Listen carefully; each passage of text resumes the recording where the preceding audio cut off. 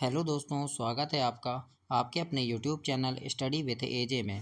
इसमें आज की वीडियो में मैं आपके लिए लेकर के आया हूँ आपकी निपुण भारत अंकुर अभ्यास पुस्तिका, जो आपकी पर्यावरण विषय की है दोस्तों, पर्यावरण अध्ययन की, और कक्षा तीसरी के बच्चों के लिए आई हुई नई वर्कबुक है, अभी की इसी साल की। तो दोस्तों, इसमें आज की इस वीडियो में हम देखेंगे सप्ताह 16, जिसमें पाठ 7 पानी है अनमोल, इसके बारे में दिया गया है। इसके प्रश्न उत्तर दिए गए हैं, तो इन चीज़ों को हम इसमें आज की इस वीडियो में देखते हैं। और आपके हिंदी, गणित और अंग्रेजी की वीडियो चैनल पे मैंने करवा दिया है, तो चैनल को सब्सक्राइब करके उन वीडियोस को देखें, पढ़ें और समझें कि किस प्रकार से सारी चीज़ें मैंने उसमें आपको बताई है। तो आइए देखते हैं दोस्तों, आज इसमें सप्ताह 16 दिवस 1 से 6 तक पूरा देखेंगे, जिसमें वर्कशीट 85 है, पाठ 7 पानी है अनमोल। सीखने के बिंदु दिया है बारिश से संबंधित जानकारी प्राप्त करना। तो आइए देखते हैं। सबसे पहले इसमें अभ्यास नंबर 1 दिया है, जिसमें प्रश्न है कि पाठ्य पुस्तक के पृष्ठ क्रमांक 86 पर दिए गए चित्र का अवलोकन कीजिए एवं बताइए कि चित्र में क्या क्या दिखाई दे रहा है। तो आपकी जो पढ़ने वाली पुस्तक आई है दोस्तों, पाठ्य पुस्तक आपकी, उसमें आप पेज नंबर 86 में देखना चित्र में क्या दिखाई दे रहा है। तो चित्र में बादल, नदी, पानी, पेड़, पर्वत, घर, मिट्टी और बारिश, ये सभी चीज़ें दिखाई दे रही है। तो उनको हमें यहाँ पर ऐसे लिखना है बच्चों अपनी वर्कबुक में।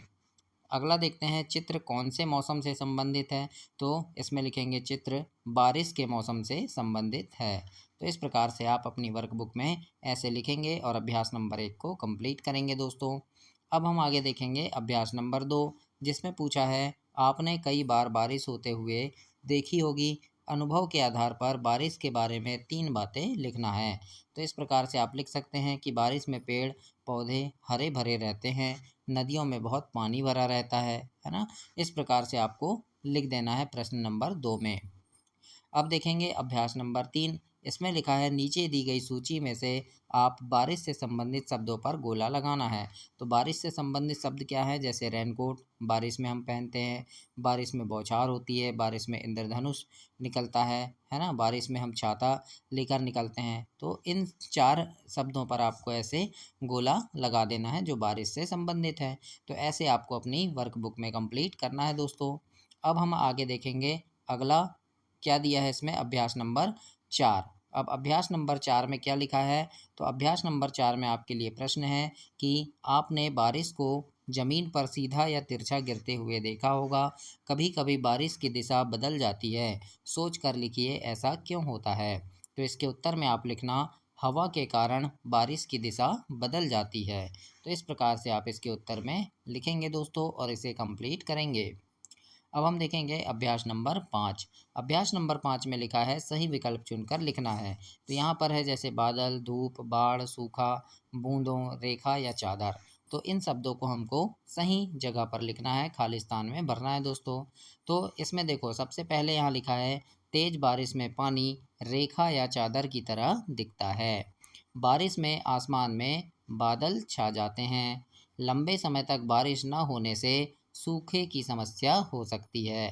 तो इस प्रकार से आपको खाली जगह में इन शब्दों को ऐसे लिखना है और अपनी वर्कबुक में आप ऐसे कंप्लीट करेंगे बच्चों।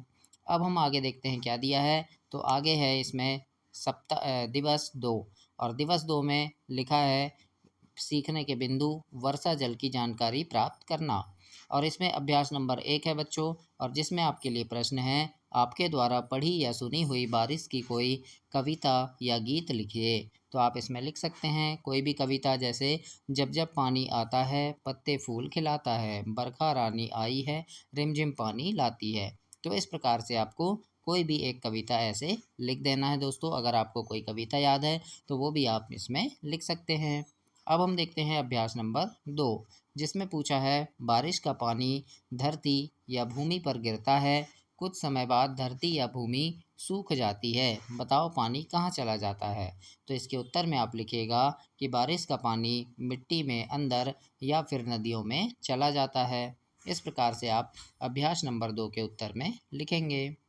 आगे हम देखेंगे अभ्यास नंबर 3, इसमें आपसे पूछा है दोस्तों, बारिश का पानी मिट्टी के सूखने एवं बह जाने के बाद कहाँ कहाँ एकत्रित हो जाता है। तो इसके उत्तर में आप लिखेंगे कि बारिश का पानी मिट्टी के सूखने या बह जाने के बाद नदियों, तालाबों या महासागरों में चला जाता है। इस प्रकार से आपको अभ्यास नंबर 3 में लिखना है। अब हम देखते हैं अभ्यास नंबर 4। इसमें लिखा है, नीचे दी गई वर्ग पहेली में पानी मिलने के स्थान दिए गए हैं, उन्हें खोजकर लिखिए। तो पानी कहाँ कहाँ से मिलता है, तो जैसे ये नदी दिया है तो हम ये नदी लिख देंगे, फिर तालाब, सागर, कुआं, झील, है ना। तो यहाँ पर आपको ऐसे शब्दों को ढूंढना है बच्चों, और यहाँ पर लिखना है आपको। तो ऐसे आप अपनी वर्क बुक में कंप्लीट करेंगे और ऐसे लिखेंगे। अब हम देखते हैं आगे दोस्तों, सप्ताह 16 दिवस 3। और दोस्तों चैनल ध्यान से सब्सक्राइब कर लेना। आपकी तिमाही, छमाही, वार्षिक परीक्षा के समय चैनल पे काफ़ी सारे वीडियोस लेकर के आता हूं, जिसमें आपकी परीक्षा में आने वाले महत्वपूर्ण प्रश्न की वीडियो होती है। महत्वपूर्ण प्रश्न होते हैं, पेपर की वीडियो होती है, इंपॉर्टेंट प्रश्नों की वीडियो होती है। तो वो आपको पेपर से पहले मिल सके, जिन्हें पढ़ करके आप परीक्षा में काफ़ी अच्छे नंबर ला सकें। तो उन सभी वीडियोज़ को देखने के लिए चैनल को आप सब्सक्राइब ध्यान से कर लीजिएगा। आइए देखते हैं, इसमें अभ्यास नंबर 1 है और इसमें आपसे पूछा है, पानी आपके घर में नलों तक कैसे पहुंचता है। तो इसके उत्तर में लिखना, नलों में पानी पाइप के द्वारा पहुंचता है। तो इस प्रकार से आप लिखेंगे। इसके बाद अगला प्रश्न है अभ्यास नंबर 2 में, आपके स्कूल में पानी की क्या व्यवस्था है। तो लिखना, हमारे स्कूल में हैंडपंप है जिससे हम पानी पीते हैं, है ना। अगर आपके स्कूल में हैंडपंप है तो लिखिएगा। अगर आपके स्कूल में कुआं है या फिर नल जल वाली नल नल की सुविधा है पंचायत वाला, तो वो भी आप लिख सकते हैं बच्चों। आगे देखेंगे अभ्यास नंबर 3। लिखा है, पता करके लिखिए कि पक्की सड़कों पर बारिश का पानी जल्दी क्यों सूख जाता है। तो इसके उत्तर में आप लिखना, पक्की सड़क पानी को नहीं सोख पाती और पानी नीचे बह जाता है, इसलिए सड़क जल्दी सूख जाती है। तो इस प्रकार से आप लिखेंगे। तो इसकी जगह आप सोख लिख देना, है ना, सो और ख, है ना। तो यहाँ पर ये जो सिख लिख गया है, इसकी जगह सूख लिख देना। तो ऐसे आपको लिखना है। अब हम देखेंगे अभ्यास नंबर 4। इसमें लिखा है, दिए गए शब्दों के चित्रों से एक पोस्टर चित्र बनाइए। तो जैसे तालाब लिखा है तो कोई एक तालाब ऐसे बना देना दोस्तों, है ना। फिर नदी लिखा है तो कोई नदी ऐसे बना देंगे हम, उसमें पानी, है ना। पेड़ पेड़ बना देना।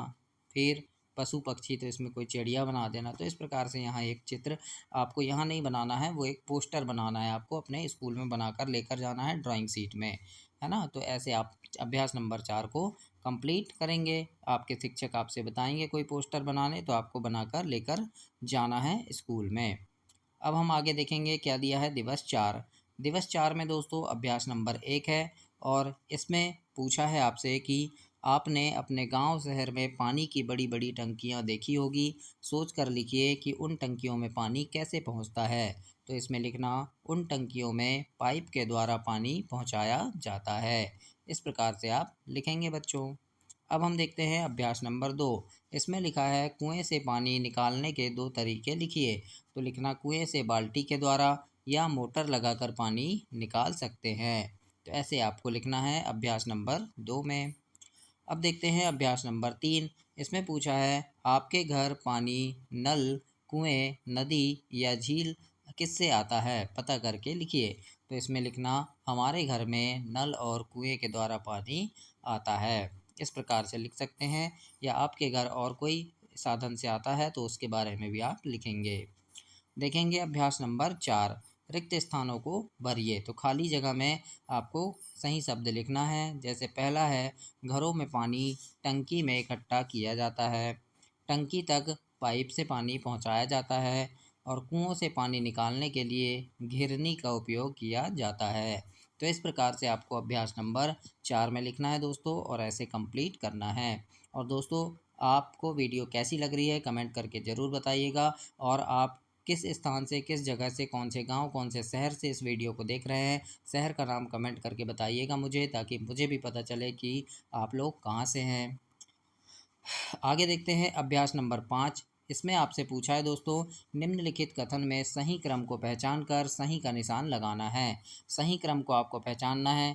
जैसे पहले में लिखा है, पाबड़े पाइपों ये बड़े हैं, है ना, बड़े पाइपों द्वारा पानी हमारे घर तक पहुंचाया जाता है। फिर नदियों, झीलों या ज़मीन के नीचे से पानी पंप किया जाता है। फिर पानी को फ़िल्टर कर टंकियों तक पहुंचाया जाता है। तो सबसे पहले इनमें से क्या करेंगे, तो सबसे पहले दोस्तों नदियों, झीलों या ज़मीन के नीचे से पानी पंप किया जाएगा। तो ये दूसरा है, ये पहले नंबर पे आएगा, है ना। फिर उसके बाद क्या करेंगे हम, उसके बाद क्या करेंगे, तो उसके बाद होगा दोस्तों पानी को फ़िल्टर कर टंकियों तक पहुंचाया जाता है। तो ये दूसरे नंबर पे आएगा। और फिर अगला क्या आएगा, तो बड़े पाइप द्वारा पानी हमारे घर में पहुंचाया जाता है। तो सबसे पहले क्या हो जाएगा, सबसे पहले दूसरा नंबर आएगा, है ना, दूसरा नंबर ये पहले आ जाएगा। फिर उसके बाद तीसरा आएगा, फिर पहला। तो यहाँ पर कौन सा है, ये वाला है ना। तो इसमें आपको सही का निशान ऐसे लगा देना है। तो ऐसे आप इसमें कंप्लीट करेंगे दोस्तों अभ्यास नंबर 5 में। अब हम देखते हैं क्या दिया है। तो यहाँ पर आपका दिवस 6 दिया है और दिवस 6 में अभ्यास नंबर 1 है। यहाँ पर लिखा है जो कार्य जल के बिना संभव नहीं है उन पर गोला लगाइए। तो जल के बिना नहाना संभव नहीं है ना। फिर खाना बनाना संभव नहीं है, ब्रश करना संभव नहीं है, बर्तन धोना संभव नहीं है।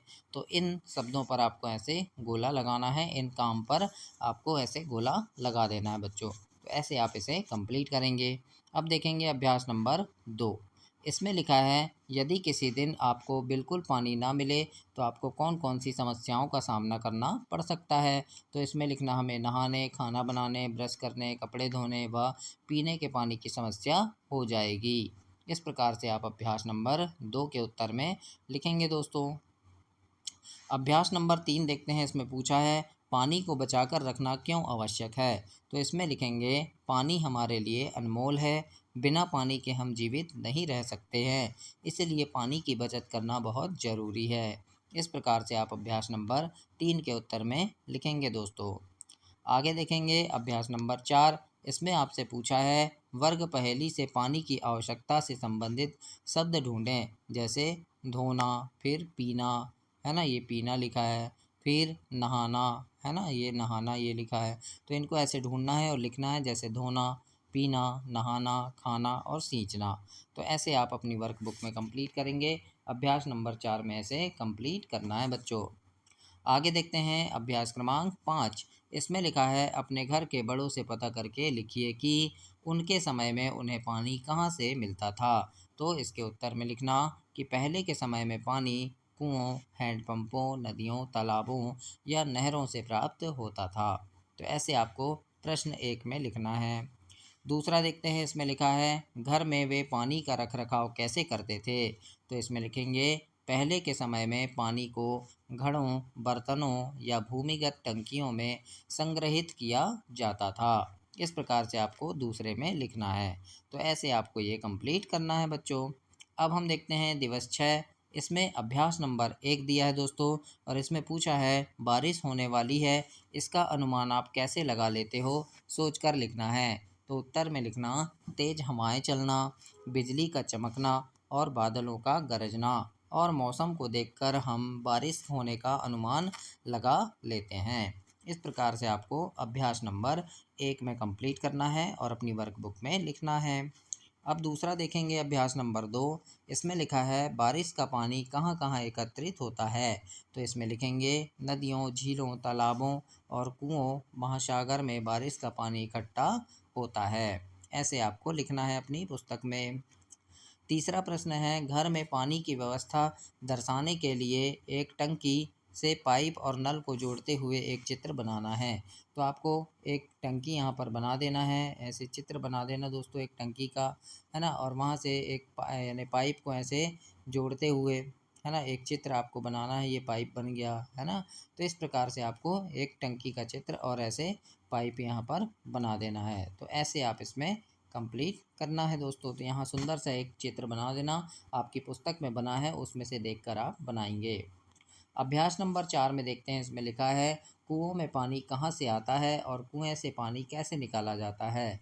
तो इसमें लिखेंगे बारिश का पानी ज़मीन के अंदर चट्टानों में जमा हो जाता है जो हमारे कुएं में आता है, जिसे हम पाइप है ये, है ना, पाइप द्वारा गिरनी से निकालते हैं, या बाल्टी के द्वारा या गिरनी से निकालते हैं, है ना। तो यहाँ पर आप पाइप लिख देना। तो इस प्रकार से आप लिख दीजिएगा यहाँ पर, पाइप द्वारा या घिरनी से हम निकालते हैं। तो ऐसे आपको अभ्यास नंबर 4 में कंप्लीट करना है दोस्तों। अब इसके बाद अभ्यास नंबर 5 है। इसमें लिखा है पानी हमारे लिए क्यों आवश्यक है। तो इसमें लिखेंगे पानी हमारे जीवन के लिए अत्यंत आवश्यक है, क्योंकि पानी के बिना हम जीवित नहीं रह सकते। पेड़ पौधों एवं जीव जंतुओं को भी जीवित रहने के लिए पानी की आवश्यकता होती है। इस प्रकार से आप अभ्यास नंबर 5 में लिखेंगे और इसे कंप्लीट करेंगे। अभ्यास नंबर 6 है। इसमें लिखा है कि जब किसी साल बारिश बहुत कम होती है तो कौन कौन सी समस्याओं का सामना करना पड़ सकता है। तो इसमें लिखना कि जब किसी साल बारिश बहुत कम होती है तो सूखे की स्थिति उत्पन्न हो सकती है। पेयजल की कमी होती है, जिससे पीने के लिए पानी नहीं मिल पाता है। तो इस प्रकार से आपको अभ्यास नंबर 6 में कंप्लीट करना है बच्चों, और ऐसे लिखना है। तो ये आपका सप्ताह 16 कंप्लीट हुआ। अगली वीडियो में हम सप्ताह 17 देखेंगे। तब तक के लिए आप चैनल को सब्सक्राइब करें, वीडियो को लाइक करें और अपने दोस्तों तक भी इसे शेयर करें। और वीडियो में कमेंट ज़रूर करना कि आप कहाँ से हैं, कौन से गांव से, कौन से शहर से। धन्यवाद बच्चों।